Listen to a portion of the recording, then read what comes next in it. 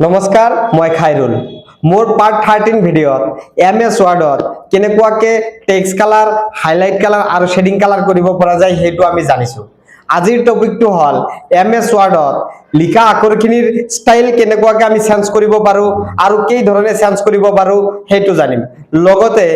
bold italic আৰু underline কেনেকুৱাকে কৰিব পৰা যায় হেতু জানিম তো হেতু জানাৰ কাৰণে আমি স্ক্ৰিনত চাও বলো MS Word টেক্সটৰ ষ্টাইল চেঞ্জ কৰিবলৈ হলে প্ৰথমতে আমি MS Word টো ওপেন কৰি ল'ব লাগিব তাৰ পিছত এই পেজত থকা টেক্সটখিনি ষ্টাইল চেঞ্জ কৰিবলৈ হলে প্ৰথমতে আমি টেক্সটখিনি সিলেক্ট কৰি ল'ব লাগিব তাৰ পিছত মেনু বাৰৰ পৰা হোম মেনুত ক্লিক কৰি দিব লাগিব তাৰ পিছত ইয়াত ফন্ট ভাগত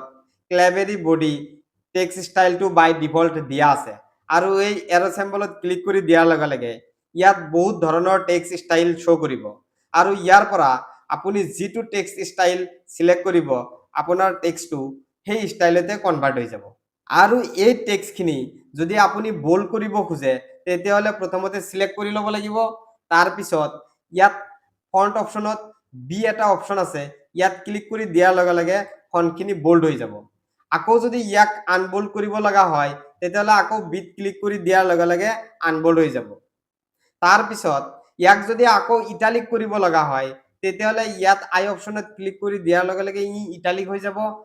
আকৌ যদি ইয়াক আন ইটালিক কৰিব লগা হয় তেতিয়াহলে আকৌ আইত ক্লিক কৰি দিয়াৰ লগে লগে ই আন ইটালিক হৈ যাব আৰু যদি আপুনি এই টেক্সটখিনি আন্ডাৰলাইন কৰিব খুজে তেতিয়াহলে এই ইউ অপচনত আপুনি ক্লিক কৰি দিলে এই টেক্সটখিনি আন্ডাৰলাইন হৈ যাব আকৌ যদি এই আন্ডাৰলাইন নহা কৰিব খুজে তেতিয়াহলে টেক্সটখিনি আকৌ সিলেক্ট কৰিব লাগিব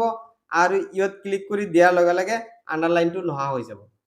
আকৌ যদি আমি শৰ্টকাটত এই টেক্সটখিনি বোল্ড কৰিব খুজো তেতিয়াহলে প্ৰথমতে আমি টেক্সটখিনি সিলেক্ট কৰি ল'ব লাগিব তাৰ পিছত কন্ট্ৰোল প্ৰেছ কৰি হোল্ড কৰি ৰাখি বিট প্ৰেছ কৰি দিয়াৰ লগে লগে বোল্ড হৈ যাব আৰু আকৌ কন্ট্ৰোল প্ৰেছ কৰি হোল্ড কৰি ৰাখি বিট প্ৰেছ কৰি দিয়াৰ লগে লগে আনবোল্ড হৈ যাব আকৌ যদি এই লেটাৰখিনি ইটালিক কৰিব লগা হয় তেতিয়াহলে কন্ট্ৰোল প্ৰেছ কৰি হোল্ড কৰি ৰাখি আয়ত প্ৰেছ কৰাৰ লগে লগে ইটালিক হৈ যাব আকৌ যদি এই টেক্সটখিনি আন ইটালিক কৰিব লগা হয় তেতিয়াহলে কন্ট্ৰোল প্ৰেছ কৰি হোল্ড কৰি ৰাখি আকৌ আয়ত প্ৰেছ কৰাৰ লগে লগে ই আন ইটালিক হৈ যাব আকৌ যদি এই টেক্সটখিনিক আন্ডাৰলাইন দিব লগা হয় তেতিয়াহলে কন্ট্ৰোল প্ৰেছ কৰি হোল্ড কৰি ৰাখি ইয়ত প্ৰেছ কৰাৰ লগে লগে আন্ডাৰলাইন হৈ যাব আকৌ যদি এই টেক্সটৰ আন্ডাৰলাইনখিনি নহা কৰিব লগা হয় তেতিয়াহলে কন্ট্ৰোল প্ৰেছ কৰি হোল্ড কৰি ৰাখি ইয়ত প্ৰেছ কৰাৰ লগে লগে এই টেক্সটখিনি আন্ডাৰলাইন নহা হৈ যাব তো এনেকুৱা ধৰণৰ টিচিং ভিডিঅ' পোৱাৰ কাৰণে আৰু মোৰ লগত কম্পিউটাৰ শিকিবলৈ হলে মোৰ চেনেলটো সাবস্ক্ৰাইব কৰি দিব মোৰ চেনেলটোৰ নাম হৈছে SK এডুকেশ্যন নলবাৰী